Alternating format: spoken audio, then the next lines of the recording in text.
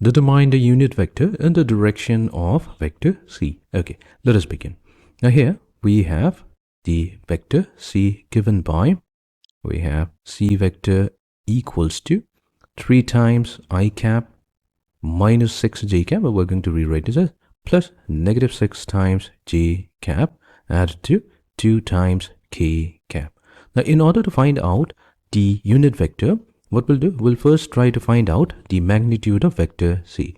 Now magnitude of vector c is going to be given by, we'll take the square root. Underneath the square root, we'll have to take the sum of squares. To find out the sum of squares, we'll start with the coefficient of I cap, that's 3, square this value, add it to the coefficient of j cap, so that's negative 6, square this value as well, and then add it to square of the coefficient of k cap, so that's 2 squared. This is going to give us the square root of 49. Square root of 49, that's going to be equals to 7. Now that we have the magnitude of vector c as well, we can define the unit vector. Now, unit vector in the direction of c vector is going to be, all we have to do is take the vector c and divide it by its magnitude.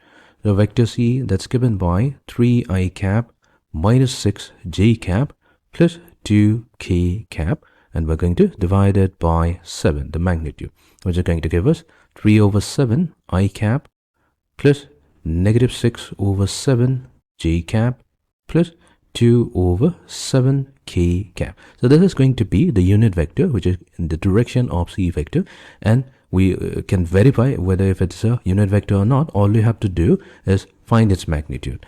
The finding its magnitude, let's quickly verify.